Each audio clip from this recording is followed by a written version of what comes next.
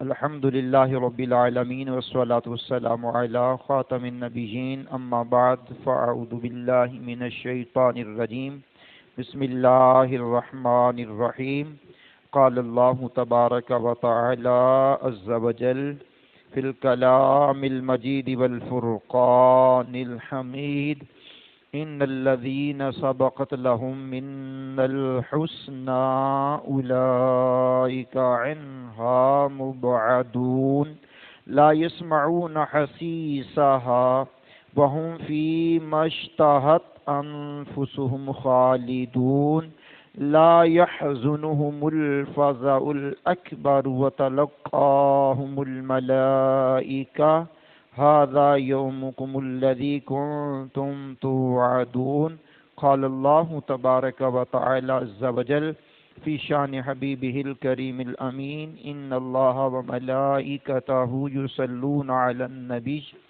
يا أيها الذين آمنوا صلوا عليه وسلموا تسليما دروشی پڑھیں اللهم صل على سيدنا ومولانا محمد معدن الجود والکرم وآلہ وبارک وسلم صلاۃ و سلام علیکہ یا سیدی یا رسول اللہ صلی اللہ تعالی علیہ وآلہ واصحابہ وبارک وسلم۔ اللہ کریم کا کروڑ شکر ہے جس کی عطا اور توفیق سے آج ہم مبارک جمعۃ المبارکہ کی برکتوں سے مالا مال ہو رہے ہیں۔ 19 ذوالحجۃ الحرام 1447 ہجری بمطابق 5 جون 2026 کا یہ جمعہ مرکزی جامع مسجد انواری ممتاز آباد ملتان شریف میں رہتے ہوئے اس کی برکات کو لوٹ رہے ہیں۔ اللہ کریم ہماری زبان پر کلمۃ الحق جاری فرمائے۔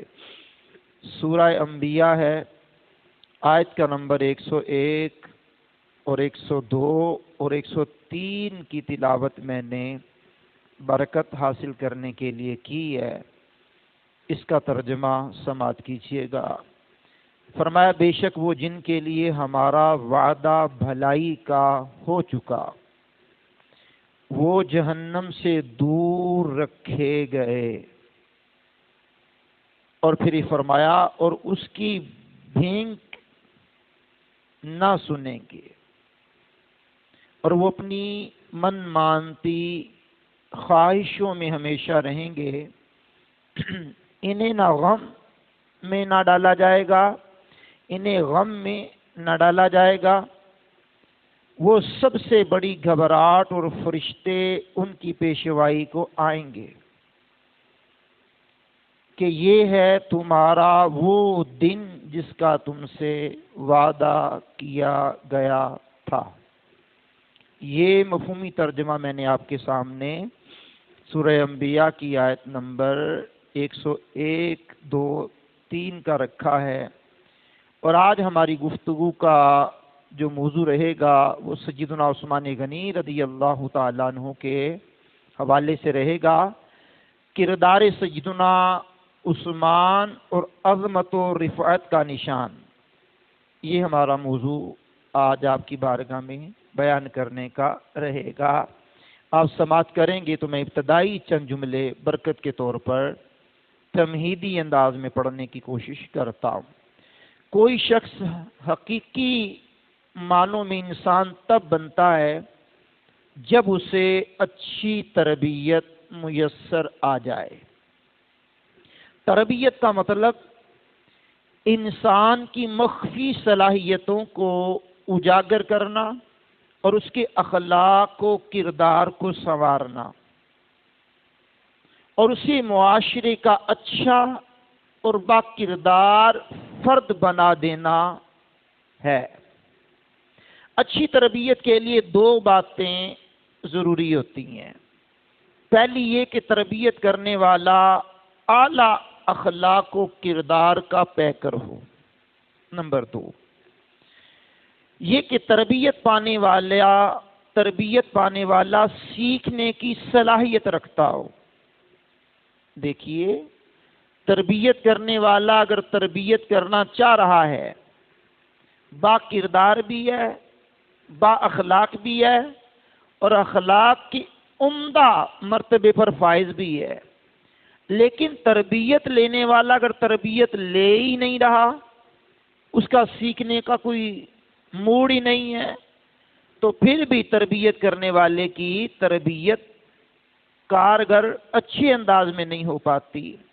بہرحال سنیے گا، جب مربی بھی اعلیٰ کردار کا مالک ہو، یعنی تربیت کرنے والا، رہنمائی کرنے والا اور اعلیٰ کردار کا مالک ہو، اور پھر وہ زبردست تربیت کرنے والا بھی ہو، باصلاحیت بھی ہو، تو پھر تربیت کا حسن اپنا پورا جلوہ دکھاتا ہے کہ تربیت کرنے والا بھی اور تربیت لینے والا بھی دونوں طرف سے ہی اعلیٰ معاملہ ہو، تو پھر تربیت کا حسن جو ہے پورے جوبن پر کمال بن کر کے جلوہ گر ہوتا ہے۔ اب آئیے سنیے، کائنات میں سب سے اعلیٰ اخلاق، کائنات میں سب سے اعلیٰ کردار، کائنات میں سب سے اعلیٰ شخصیت اللہ کے آخری پیغمبر جناب محمد الرسول اللہ صلی اللہ تعالی علیہ وسلم کی ذات کریمہ ہے۔ آپ سب سے اعلیٰ تربیت فرمانے والے ہیں۔ دوسری طرف انبیاء کرام علیہم السلام کے بعد سب سے زیادہ قابل احترام ہستیاں صحابہ کرام علیہم رضوان کی ہیں۔ جب تربیت کرنے والی ذات بھی بے مثال اور غیر انبیاء میں تربیت پانے والے جیسا بھی کوئی نہیں تھا، یعنی صحابہ کرام جیسا، تو وہ علم و عمل اور اخلاق و کردار کی اس معراج تک پہنچے، رہتی دنیا تک ان کی مثالیں پیش کی جاتی رہیں گی۔ اعلیٰ سے اعلیٰ افراد بھی ان کی مثالیں پیش کرنے میں قباحت محسوس نہیں کریں گے۔ اب آپ سنیے، پھر جن خوش نصیبوں کو رسول اکرم صلی اللہ علیہ وسلم کا زیادہ قرب نصیب ہوا، ان کی زندگیوں میں سیرت نبوی کی جھلک باقیوں سے نمایاں نظر آنے لگی۔ سیدنا عثمان غنی رضی اللہ تعالی عنہ بھی ان سعادت مند حضرات میں شامل ہیں جنہیں بارگاہ رسالت مآب صلی اللہ علیہ وسلم میں خاص قرب نصیب تھا، بلکہ یوں کہنا بھی بے جا نہیں ہوگا کہ آپ سیدنا ابوبکر صدیق، سیدنا فاروق اعظم رضی اللہ تعالی عنہما کے بعد سب سے زیادہ قریبی تھے، اس لیے آپ کے اخلاق، کردار، علم، حیا جیسے اوصاف حمیدہ کی رفعت، عظمت آسمانوں کی بلندیوں تک پہنچی ہوئی ہے۔ اللہ اکبر کبیرہ۔ اس لیے مالک حقیقی نے بیان کیا، ان الذین سبقت لهم من الحسنى اولئک عنہا مبعدون، بے شک جن خوش نصیبوں کے لیے ہماری طرف سے بھلائی کا وعدہ پہلے ہو چکا، وہ جہنم کے عذاب سے دور رکھے جائیں گے۔ جہنم میں تو کیا میرا سایہ نہ جائے گا، کیونکہ میرے حضور سے یہ دیکھا نہ جائے گا۔ یہ تو عام امتی اپنے لیے بھی کہہ لیتا ہے، لیکن پھر عام نہیں، خاص الخاص پھر صحابہ میں سے خلیفہ تیسرے، خلیفۃ المسلمین تیسرے نمبر پر عثمان غنی رضی اللہ تعالیٰ عنہ کا مقام، مرتبہ، اعلیٰ شخصیت کا عالم کیا ہے۔ اللہ اکبر کبیرہ، اللہ اکبر کبیرہ۔ مولا المسلمین سیدنا مولا علی کرم اللہ تعالی وجہہ الکریم نے منبر اقدس پر کھڑے ہو کر کے اس آیہ مبارکہ کی تلاوت فرمائی، کس کی؟ ان الذین سبقت لہم من الحسنی اولئک عنہا مبعدون.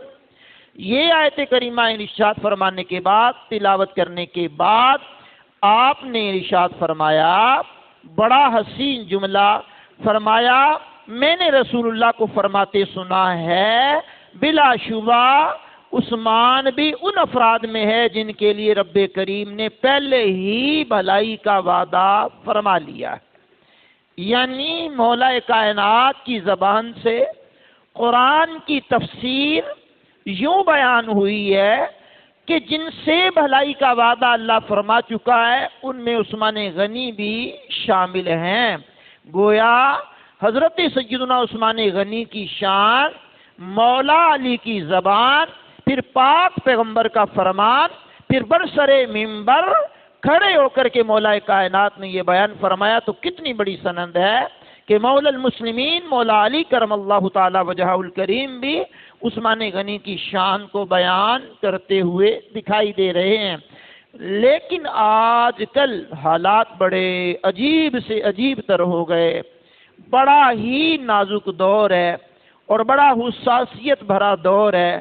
نہ جانے لوگ کیا کیا اول پھول ایک دوسرے کے بارے میں بکتے ہوئے دکھائی دیتے ہیں، بلکہ بسا اوقات تو یہاں تک ہے کہ مقرب پسندیدہ وہ صحابہ کرام کی ہستیاں جنہیں قرآن کریم کی بے شمار آیات بینات میں اعلیٰ سے اعلیٰ کردار کے مالک کہا گیا، ان کی تعریف بیان کی گئی، ان کے کردار کو سراہا گیا، ان کی زندگیوں کی نشاندہی کی گئی، ان کے اعمال کو قبولیت کا جامہ پہنایا گیا، ان کی مثالیں دے کر کے بیان کیا گیا.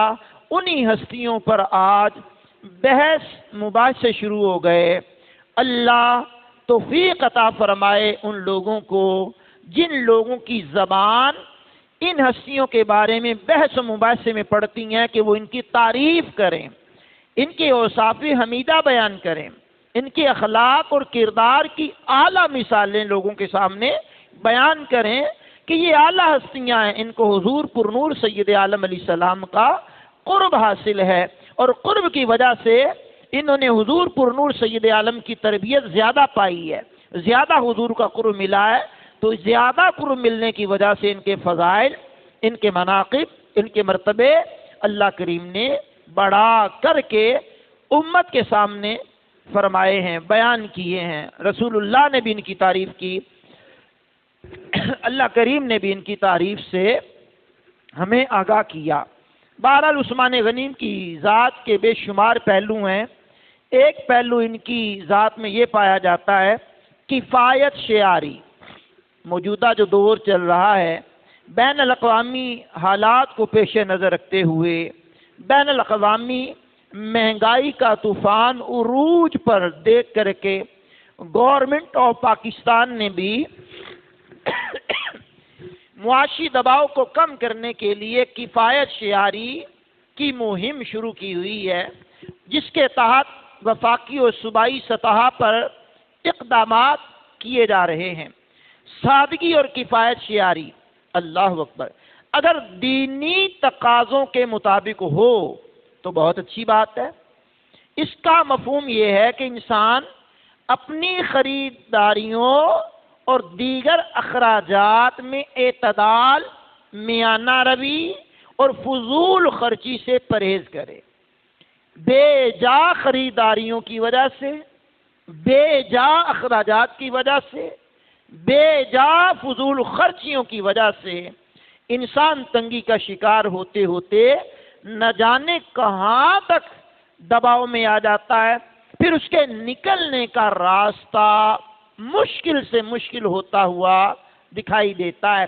پھر کئی لوگ ایسے بھی ہوتے ہیں قرضے کے دباؤ میں آ کر کے خودکشی کا راستہ اختیار کرتے ہیں، ریلوے لائن کی پٹڑی پر آ کر اپنا سر رکھ دیتے ہیں، تیزاب پی لیتے ہیں، اپنے آپ کو گولی مار لیتے ہیں، اپنے آپ کو چھری سے ہلاک کر لیتے ہیں، زہریلی ادویات کھا لیتے ہیں، اپنے گلے میں پھندا ڈال کر کے پنکھے کے ساتھ لٹک جاتے ہیں، اپنی آل اولاد کو قتل کر ڈالتی ہیں، اپنے اوپر پیٹرول چھڑک کر کے آگ لگا لیتی ہیں. کیوں؟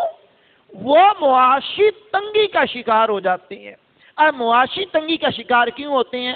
اخراجات کم ہوتی ہیں، اخراجات زیادہ ہوتی ہیں، آمدنی کم ہوتی ہے. جب آمدنی کم ہو، اخراجات زیادہ ہو تو ظاہری بات ہے بندہ پھر پریشانی کے عالم میں مبتلا ہوتا ہے. پھر آگے جو احباب و خواتین ہوتے ہیں زیر کفالت، ان کی ڈیمانڈ ایسی ہوتی ہے جن کو بندہ پورا نہیں کر پاتا. پھر زمانے کے رسم و رواج ایسے ہیں کہ بندہ کو ناک کا مسئلہ بنا کر کے قرضے کے بوجھ تلے دبتا جاتا ہے. پھر ایک وقت ایسا آتا ہے کہ شہر چھوڑتا ہے، پھر ایک وقت ایسا آتا ہے کہ ملک چھوڑتا ہے، پھر ایک وقت ایسا آتا ہے کہ دنیا چھوڑ کر کے دار بقا میں منتقل ہو جاتا ہے. لیکن اس دنیا کو راضی پھر بھی نہیں کر پاتا. یہ وہ لوگ ہیں جنہوں نے معاشی تنگی کی وجہ سے بھی اپنی جان سے گئے اور اپنی جان سے ہاتھ دھو بیٹھے. لیکن باوجود وسعت، بہت بڑے مالدار ہونے کی حیثیت سے، بہت بڑے تقوی و پرہیزگار ہونے کی حیثیت سے، بہت بڑے تاجر ہونے کی حیثیت سے، بہت بڑے اعلیٰ کردار کے مالک ہونے کی حیثیت سے سیدنا عثمان غنی رضی اللہ تعالیٰ عنہ کی سادگی، عاجزی، کفایت شیاری کی مثال تاریخ اسلام میں دور دور تک دیکھنے کو نہیں ملتی. اکابرین میں، بالخصوص اکابرین صحابہ میں یہ نمایاں ہستی ہے جو بہت بڑی مالدار شخصیت بھی ہے، بہت بڑی تاجر بھی ہے اور بہت بڑی متقی و پرہیزگار بھی ہے. اور سادگی کا عالم یہ ہے. اللہ اکبر کبیرہ، اللہ اکبر کبیرہ. حضرت عبداللہ بن شداد رحمت اللہ تعالی علیہ بیان کرتے ہیں کہ میں نے حضرت سیدنا عثمان غنی رضی اللہ تعالیٰ عنہ کو جمعۃ المبارکہ کا خطبہ دیتے ہوئے منبر پر کھڑے ہو کر کے فرماتے ہوئے دیکھا. اور جب میں نے دیکھا ان کی کیفیت کیا تھی، آپ نے یمن کے علاقے کا بنا ہوا موٹا تہبند باندھ رکھا تھا اور جس کی قیمت فقط 4 یا 5 دراہم تھی. یعنی اس وقت کے 4 یا 5 درہم تھے جس کی قیمت بنتی ہے تہبند کی. اور پھر فرماتے ہیں کہ اوپر کوفہ کی تیار شدہ رنگین چادر اوڑی ہوئی تھی. نہ صرف یہ کہ تہبند چادر بہت سستے تھے بلکہ وہ ایک دوسرے سے میچنگ بھی نہیں کر رہے تھے، مل بھی نہیں رہے تھے. تہبند جو نیچے باندھا جاتا ہے اس کی کیفیت اور تھی، جو اوپر چادر اوڑی جاتی ہے اس کی کیفیت اور تھی. اللہ اکبر، اللہ اکبر. اب اتنا بڑا تاجر ہو اور اتنا بڑا مالدار بندہ ہو اور اتنے بڑے درم و دینار کا زمینوں کا مالک ہو، اس کے بعد بھی سادگی اختیار کرے تو ان کی رفعت اور شان کا مقابلہ کون کر سکتا ہے؟ یہ کفایت شیاری مجبوری کے طور پر نہیں تھی جناب، یہ کفایت شیاری حضور پر نور صلی اللہ علیہ وسلم کی تربیت کا اعلیٰ اثر تھا جو عثمان غنی میں پایا جاتا تھا. اگر بندے کے پاس اعلیٰ سے اعلیٰ پہننے کی توفیق بھی ہو پھر بھی وہ معمولی سا کپڑا پہن لے، عاجزی کے طور پر، کنجوسی کے طور پر نہیں، عاجزی کے طور پر، تو پھر کہا جائے گا واقعی یہ بندہ سادگی پسند ہے. تیری عاجزی پہ لاکھوں، تیری سادگی پہ لاکھوں ہو سلام عاجزانہ. مدنی مدینے والے ہے چٹائی کا بچھونا، کبھی خاک ہی پہ سونا، کبھی ہاتھ کا سرانا. مدنی مدینے والے میری آنے والی نسلیں تیرے عشق ہی میں مچلیں، مجھے نیک تم بنانا. مدنی مدینے والے. جی ہاں، عثمان غنی رضی اللہ تعالیٰ عنہ کی سادگی، آپ کی عاجزی، کفایت شیاری سے ہمیں بھی سبق لینا چاہیے. اپنی چادر دیکھ کر کے پاؤں پھیلانے کی مثال ہمارے معاشرے میں عام ہے. بھائی اپنے پاؤں اتنے پھیلاؤ جتنی تمہاری چادر ہے. تو مطلب اتنے اخراجات مت کرو کہ آپ قرضے کے بوجھ تلے دب جائیں. اللہ نے جتنی توفیق دی ہے اسی پر کفایت شعاری قناعت اختیار کر لو تاکہ قرضے کے بوجھ تلے دبنے سے انسان بچ جائے اور اکابرین صحابہ کی سنت پر بھی عمل ہو جائے اور رسول اللہ علیہ الصلوۃ والسلام کی پاکیزہ سنت پر بھی عمل ہو جائے. اللہ اکبر کبیرہ، اللہ اکبر کبیرہ. حضرت عثمان غنی رضی اللہ تعالی عنہ کا جسم مبارکہ پرگوشت تھا، یعنی آپ کے جسم میں گوشت تھا، لیکن باوجود اس کے آپ اپنے جسم کو ہلکا پھلکا رکھنے کی کوشش کرتے تھے. گوشت کم بھی تھا لیکن داڑھی شریف جو آپ کی تھی لمبی تھی، چہرہ حسندار، نورانیت کا حامل اور نورانیت کا پیکر تھا. اللہ اکبر. جسم زیادہ موٹا تازہ نہیں تھا. اللہ کریم نے آپ کو حسن سے بہت ہی نوازا ہوا تھا. آپ کا دل مبارکہ جو اللہ نے بنایا تھا دنیا کی محبت سے اونچاٹ تھا، لیکن آج معاشرے میں دنیا کی محبت غالب آ گئی. ہمارا اٹھنا، ہمارا بیٹھنا، ہمارا سونا، ہمارا چلنا، ہمارا ملنا، ہماری خریداریاں، ہماری ملاقاتیں، ہمارا آنا جانا، تمام تر معاملات پہ غور کر لیا جائے تو دنیا ہی دنیا نظر آتی ہے. ایون کے جنازے میں بھی شمولیت ہوتی ہے تو کوشش کی جاتی ہے صاحب میت سے بندہ ملاقات اس لیے کر لے کہ اسے معلوم ہو جائے کہ ماں بدولت جنازے میں آئے ہوئے ہیں، اس کو چہرہ دکھا لوں. یہ چہرہ دکھانا اچھی بات ہے، ملاقات کی نیت ہو جائے، تعزیت کی نیت ہو جائے، غمخواری کی نیت ہو جائے. دیکھ تو اس نے لینا ہی ہے. میرا ہر عمل بس تیرے واسطے ہو، کر اخلاص ایسا عطا یا الہی، محبت میں اپنی گما یا الہی، نہ پاؤں میں اپنا پتا یا الہی. تو ہمارا ہر عمل اللہ و رسول کی رضا کے لیے ہونا چاہیے. میں بات کر رہا تھا عثمان غنی رضی اللہ تعالی عنہ کی. آپ کا دل دنیا کی محبت سے بالکل اچاٹ تھا. دنیا کی محبت دور دور تک بھی آپ کے دل میں نہیں تھی. عثمان غنی رضی اللہ تعالیٰ عنہ کے معاملات میں جو ہے وہ رات کا اکثر حصہ قیام اللیل میں گزارتے، یعنی نوافل پڑھتے ہوئے، قرآن کی تلاوت کرتے ہوئے، دیگر اعمال صالحہ کرتے ہوئے اپنی رات کو گزارتے. ان کی رات شب بیداری میں گزرتی، اللہ کچھ وقت آرام کا بھی مل جاتا، لیکن رات کے اندر بھی جاگ کر کے اللہ کی عبادت کرتے. بلکہ بے شمار غلام رکھنے کے باوجود بھی تہجد میں جب بیدار ہوتے تو خود ہی اپنے پانی کا انتظام کرتے، خود ہی وضو کر لیتے، خود ہی نماز تہجد کی تیاری کر لیتے.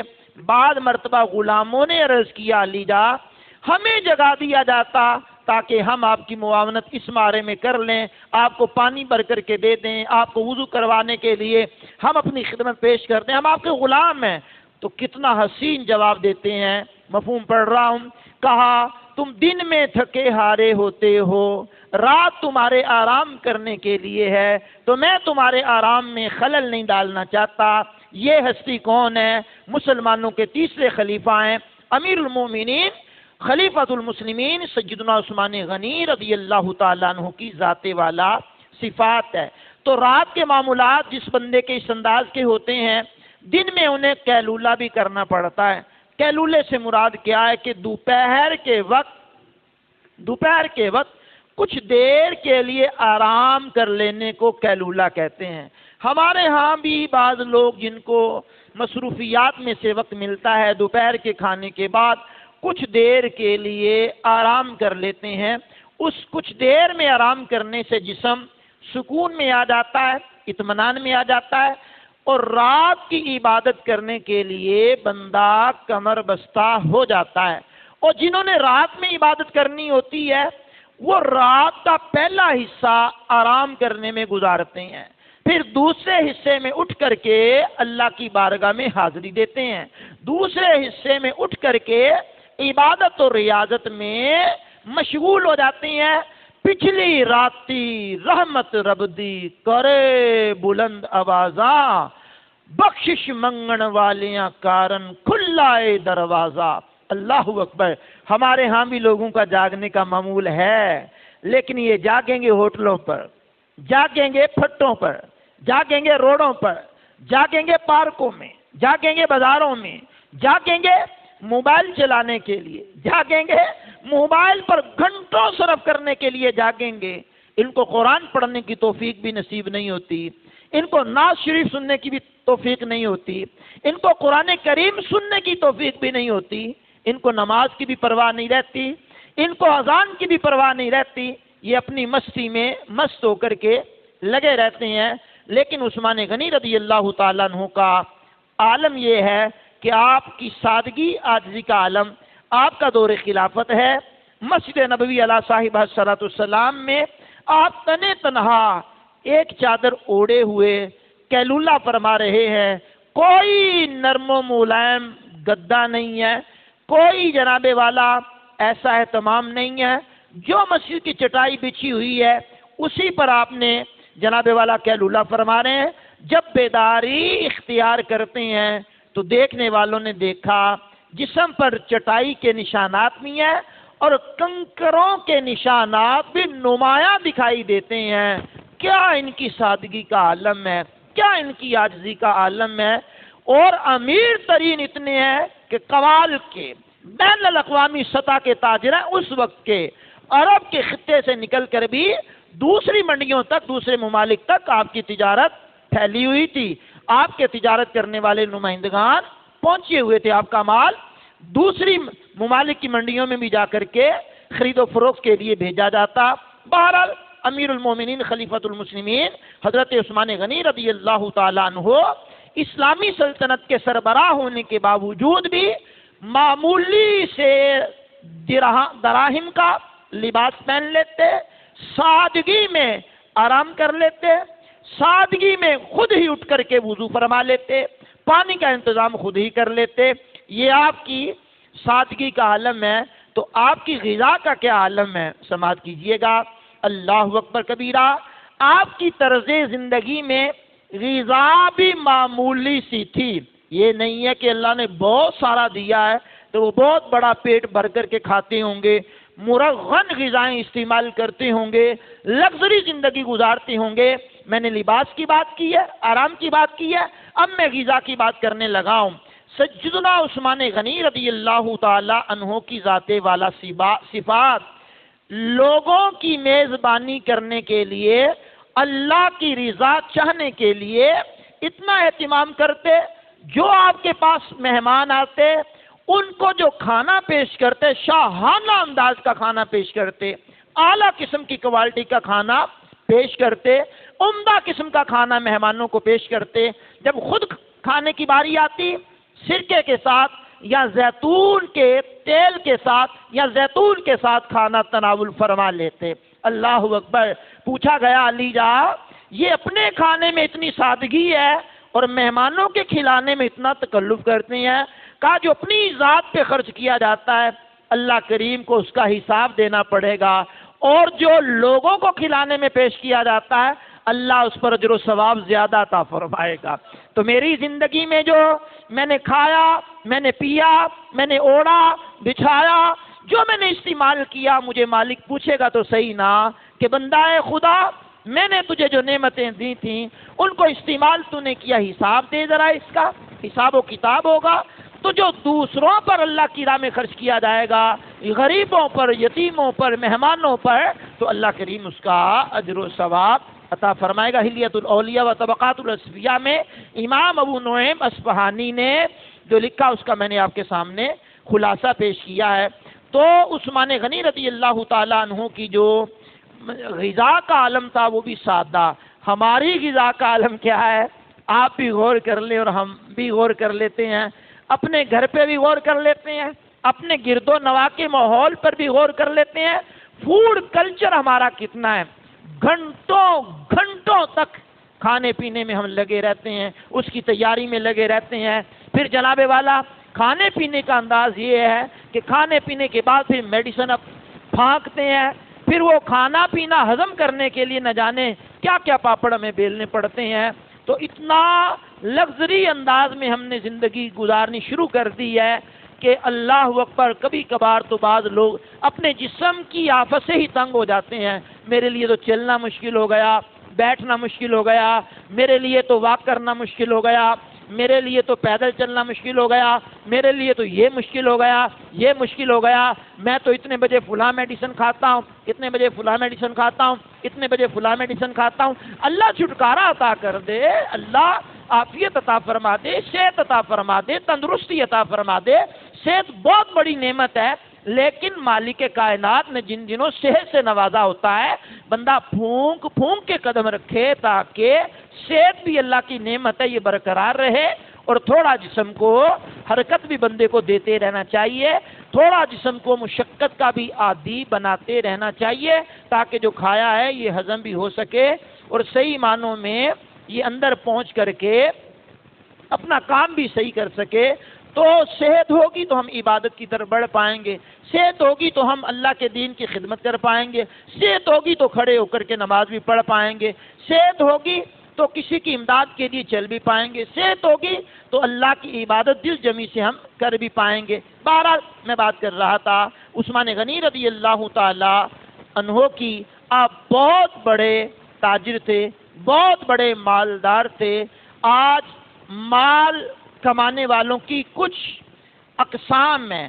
ایک تو وہ لوگ ہیں کہ جو کمائی تو حلال طریقے سے کرتے ہیں مگر اسے خرچ کرتے وقت اس کا خیال نہیں کرتے کہ اسے خرچ کرنے کی تمیز ان کو نہیں ہے کہ پاکیزہ مال کمایا ہے تو پاکیزہ راہ ہی میں خرچ کرنا ہے۔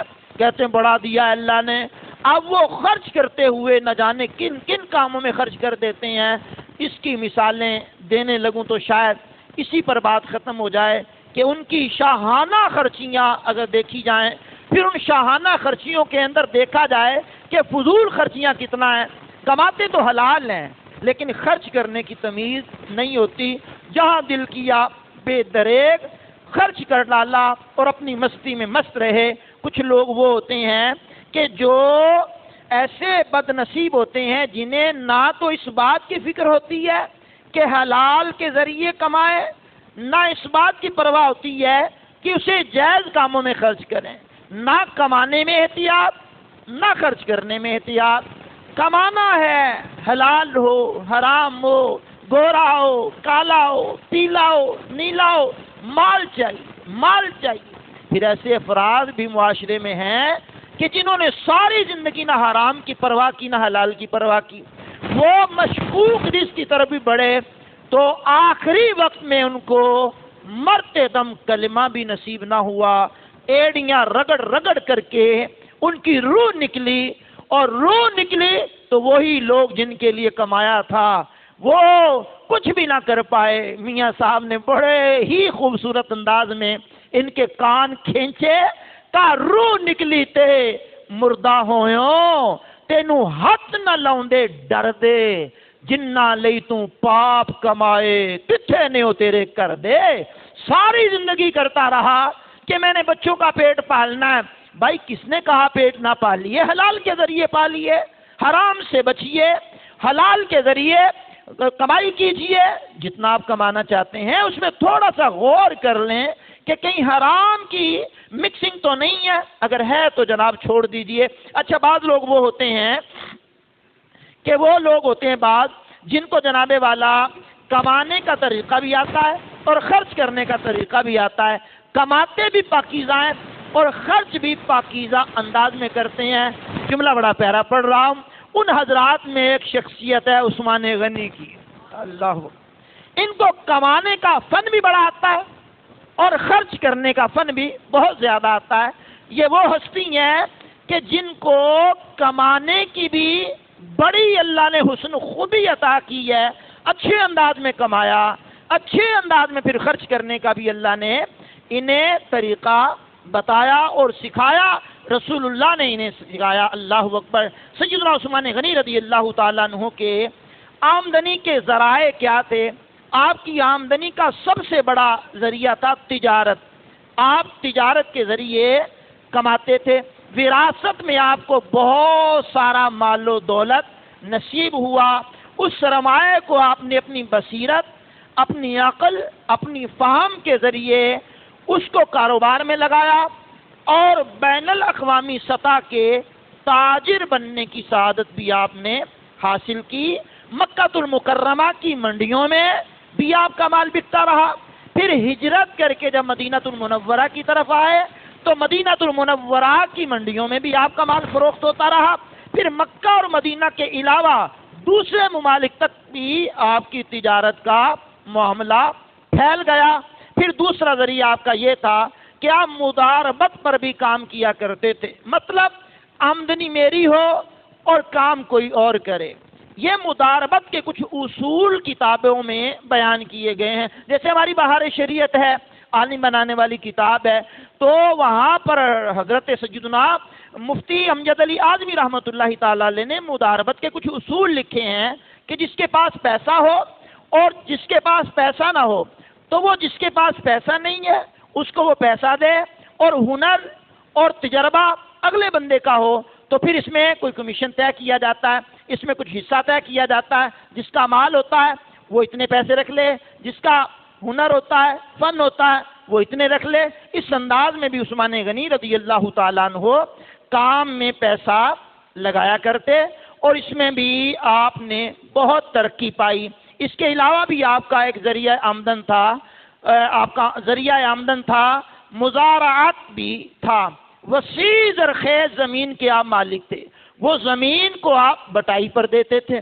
بٹائی پر دینے سے جو پیداوار ہوتی تھی اور 1/3 حصہ آپ رکھ لیتے اور 2 حصے وہ جو کام کرتے ان کو دے دیا کرتے. اس کے بھی اصول بہار شریعت میں واضح طور پر بیان کیے. کوئی یہ کام بھی کرنا چاہے تو اس کو اگر سمجھ نہ آئے تو کسی مفتی صاحب سے مل کر کے سمجھ لے، یا دارالافتاء اہل سنت شاہ رکن عالم کالونی انصاری چوک فیضان مدینہ میں آ جائے تاکہ وہ سمجھے کہ میں یہ کاروبار کر رہا ہوں تو اس کا طریقہ کار کیا ہوتا ہے. ہم ڈاکٹروں کو رپورٹیں کروا کر کے چیک کروانے کے تو پابند ہوتے ہیں کہ فلاں لیبارٹری کی رپورٹ کروانی ہے اور فلاں ڈاکٹر صاحب نے اتنی فیس لینی ہے، اسی سے چیک کروانا ہے. لیکن جب کاروبار کی بات آتی ہے تو کہتے ہیں ہمیں پتہ ہے کیسے کمانا ہے. مولویوں کو کیا پتا، ہمیں پتہ ہے کیسے کمانا ہے، ہمیں پتہ ہے یہ کیا کرنا ہے، ہمیں پتہ ہے کیا کرنا. بھائی آپ کو بہت زیادہ پتہ ہے، اچھی بات ہے، لیکن اس پتے کو تھوڑا سا چیک کروا لیں، ری چیک کروا لیں. چلیں کسی مفتی صاحب سے مل کر کے مشورہ کر لیں کہ میں کرنے جا رہا ہوں، کر رہا ہوں، ٹھیک ہے یا نہیں. وہ اسلامی اصولوں کے مطابق تربیت کر دے، کیونکہ ہم اسلام کے ماننے والے ہیں اور اسلام میں رہتے ہوئے تجارت کی بڑی اہمیت ہے. پیغمبر اعظم صلی اللہ علیہ وسلم نے فرمایا پاکیزہ کمائی ان تاجروں کی جو بات کرتے ہیں تو جھوٹ نہیں بولتے. پھر آگے لمبی ایک حدیث ہے. پھر حضور کی ایک اور حدیث ہے، فرمایا قیامت کے دن سچا امانت دار تاجر انبیاء، صدیقین اور شہداء کے ساتھ اٹھایا جائے گا. اتنا بڑا منصب ہے تجارت. تو خیر اس کے کرنے کے اصول بھی ہیں کچھ، وہ بھی سیکھ لینے چاہیے. بہرحال عثمان غنی رضی اللہ تعالیٰ عنہ کے ذرائع آمدنی میں آپ کو مختصر انداز میں بتا چکا ہوں. لیکن مال خرچ کرنے کا جب باری آئی، کمانا تو آپ کو خوب آتا تھا لیکن خرچ کرنے کا جو انداز تھا یہ بھی کمال کا انداز تھا آپ کا. اللہ اکبر. آپ نے مسجد نبوی علیہ صاحبہ الصلاۃ والسلام کی توسیع کے لیے، اس کو وسیع کرنے کے لیے 35,000 دراہم خرچ کر کے زمین کا خطہ خریدا اور اس کو مسجد نبوی علیہ صاحبہ الصلاۃ والسلام میں داخل کیا. اور آپ جانتے ہیں یہ 35,000 درہم اس وقت کی رقم کتنی بنتی ہے؟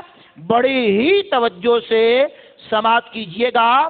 پاکستانی روپے کے مطابق یہ 35,000 درہم جو بنتے ہیں یہ بنتے ہیں جناب والا 7 کروڑ پاکستانی روپیہ بنتا ہے. 7 کروڑ اس وقت میں اس کی مالیت بنتی ہے جو عثمان غنی رضی اللہ تعالیٰ عنہ نے اس وقت خطہ زمین کا خرید کر کے مسجد نبوی کی توسیع کی. اب مسجدوں میں جو لوگ تعاون کرتے ہیں، تعاون کا ہاتھ بڑھاتے ہیں، بل بھرنے میں تعاون کر دیتے ہیں، ائمہ کی تنخواہوں میں تعاون کر دیتے ہیں، کوئی توڑ پھوڑ ہوتی ہے اس میں تعاون کر دیتے ہیں، کارپٹ بچھا دیتے ہیں، مسجد کو زینت دینے کے لیے ٹائلیں لگوا دیتے ہیں، سولر لگوا دیتے ہیں. تو یہ زمانہ قدیم سے انداز چلا ہوا آ رہا ہے. مسجد نبی علیہ صاحب صلاۃ السلام میں 35,000 درہم خرچ کر کے عثمان غنی رضی اللہ تعالیٰ عنہ نے یہ ثواب کمایا. پھر ایک مرتبہ عثمان غنی رضی اللہ تعالیٰ عنہ نے جناب والا بئر روما، جب مسلمانوں کو اچھا ٹھنڈا میٹھا پانی پینے کا میسر نہیں تھا، عثمان غنی رضی اللہ تعالیٰ عنہ نے ایک کنواں کھدوا کر کے یا کھدا ہوا کنواں خرید کر کے اللہ کی راہ میں وقف کیا. 1,00,000 دراہم کا وہ کنواں خریدا. 1,00,000 دراہم، جو موجودہ دور میں جس کی رقم بنتی ہے 20 کروڑ 50 لاکھ پاکستانی روپے کے مطابق رقم بنتی ہے، جو عثمان غنی رضی اللہ تعالیٰ عنہ نے مسلمانوں کے لیے وقف کیا. کنواں، اللہ اکبر. وہاں پانی تو بکا کرتا تھا، لیکن مسلمانوں کی خیرخواہی کے لیے آج بھی لوگ پانی پر پیسہ خرچ کرتے ہیں. اور بعض خوش نصیب ایسے ہوتے ہیں، مسجد بن رہی ہو، مدرسہ بن رہا ہو، کہتے ہیں یہاں پمپ ہم لگوا دیں گے، ٹرپین ہم لگوا دیں گے، ٹینکی ہم بنوا دیں گے، فلاں جگہ پر واٹر پلانٹ ہم خود لگوا دیں گے، اس کے سارے لوازمات کر دیں گے، میٹر بھی لگوا دیں گے، بل بھی بھر دیں گے. تو یہ پانی کا صدقہ بھی اللہ کی بارگاہ میں بہت مقبول ہے کہ جہاں جس چیز کی ضرورت ہو اسی چیز میں پیسہ خرچ کرنا اللہ کو بڑا پسند ہے. غزوہ تبوک کے موقع پر، غزوہ تبوک جیش اسرت، تنگی کا یہ جو مارکا تھا، تنگی کے حالات چل رہے تھے. عثمان غنی نے 950 اونٹ، بما ساز و سامان، 50 گھوڑے، 1000 سونے کے دینار جہاد کے لیے بارگاہ رسالت میں پیش کیے. حضور الٹ پلٹ کر کے دیناروں کو کہہ رہے تھے، واہ، آج کے بعد عثمان جو بھی کام کرے اللہ اس کو کسی کام میں نقصان نہیں دے گا، جو بھی کرے یہ خیر ہی خیر ہے، جو عثمان کرے اس کا کوئی کام ان کو نقصان نہیں پہنچائے گا. تو 950 اونٹ اور 50 گھوڑے، اور اونٹ بھی بمائے ساز و سامان کے، یہ الگ بات ہے. 1000 سونے کے دینار، موجودہ اس کی جو قیمت بنتی ہے 17 کروڑ روپے پاکستانی بنتی ہے، جو آپ نے اللہ کی راہ میں جہاد میں پیش کیے ہیں. بہرحال یہ خلیفہ سوم سیدنا عثمان غنی رضی اللہ تعالی عنہ نے کم و بیش 12 سال دور خلافت میں گزارے. 12 سالوں کے اندر بے شمار اللہ کے بھی فتح ہوئے، 12 سالوں کے اندر بے شمار کام بھی آپ نے کیے، اور 12 سالوں کے اندر آپ نے ترقیاتی کام بھی بہت کیے، اور امت مسلمہ کی خیر خواہی بھی آپ نے بہت زیادہ کی. آپ نے تقریباً 18 ذوالحجۃ الحرام، با روایت اختلاف، ڈیٹوں میں کچھ تاریخ میں اختلافات ہو جاتے ہیں، لیکن راجح قول یہ ہے کہ 18 ذوالحجۃ الحرام جو کل کا دن گزرا ہے، 18 ذوالحجۃ الحرام، آج جمعہ ہے، جمعرات تھی 18 کی، آج 19 ہے. 18 ذوالحجۃ الحرام 35 ہجری کو کم و بیش ایک مورخ نے لکھا 81 سال عمر، ایک نے لکھا 84 سال عمر، ایک نے لکھا 89 سال عمر، ایک نے لکھا 90 سال کی عمر میں اس دار فانی سے کوچ کیا. اللہ کریم ان کی تربت پر اپنی خاص رحمتوں کا نزول فرما دے. اللہ ان صحابہ کرام کے جذبات کا ایک ذرہ ہمیں بھی عطا کر دے، تاکہ ہمیں بھی سادگی، عاجزی، کھانے میں، پینے میں، اوڑھنے میں، بچھانے میں، لباس میں، دیگر انداز میں خرچ کرنے میں اللہ ہمیں ہمت سے مالا مال کر دے. اللہ جو طریقہ ہمارے رسول اللہ کا تھا ہمیں بھی اس پر عامل بنا دے، جو طریقہ ہمارے صحابہ کرام کا تھا اس میں بھی ہمیں عامل بنا دے. اللہ ان کے فیض و برکات سے ہمیں مالا مال کر دے. یہ وہ ہستیاں ہیں جنہوں نے اللہ کی راہ میں اپنا تن من دھن سب کچھ قربان کیا. 40 دن آپ کی ذات پر پانی بند رہا، بالآخر بلوائیوں نے آپ کو شہید کیا. بوقت شہادت بھی آپ کی زبان پر قرآن کریم کی آیات بینات کا ورد تھا، کیونکہ آپ قیام اللیل تھے، راتوں کو جاگ کر کے بھی عبادت کرتے تھے. جس دن میں آپ کا وصال ہوا اس گزرنے والی رات کو، گزشتہ رات کو رسول اللہ کی زیارت ہوئی، اور ارشاد فرمایا عثمان تم روزہ رکھ لینا، اور افطار ہماری بارگاہ میں آ کر کے کرنا ہے۔ اللہ اکبر، اللہ اکبر۔ پھر ایسا ہی ہوا، بلوائیوں نے آپ کو دن کے وقت میں شہید کیا، گویا نماز مغرب سے پہلے پہلے ہی آپ جام شہادت نوش کر گئے۔ وقت میں بھی تھوڑا اختلاف ہے، اشراق و چاش کا وقت تھا، دن کا وقت تھا، بہرحال غروب آفتاب سے پہلے پہلے ہی آپ اس دار فانی سے کوچ کر کے دار بقا میں منتقل ہو گئے، اور جنت البقیع کے مشرقی حصے میں آپ کو دفن کیا گیا۔ اور کمال کی بات یہ ہے کہ جہاں آپ کو دفن کیا گیا، بڑے صحابہ کرام کو وہاں دفن نہیں کیا گیا تھا، اور جگہ پہ بلوائیوں نے یہ بھی ہلا گلا کیا، اور اس میں بھی عثمان غنی کی کرامت کار فرما تھی۔ ایک مرتبہ جنت البقیع کے اسی حصے میں کھڑے ہو کر کے کہا، ان قریب ایک بندہ خدا اسی جگہ پر دفن ہوگا۔ اللہ اکبر، گویا اپنے دفن ہونے کی جگہ کی بھی نشاندہی عثمان غنی نے کر لی۔ اللہ عرشوں کا مالک مجھے آپ کو عمل کی توفیق عطا فرمائے۔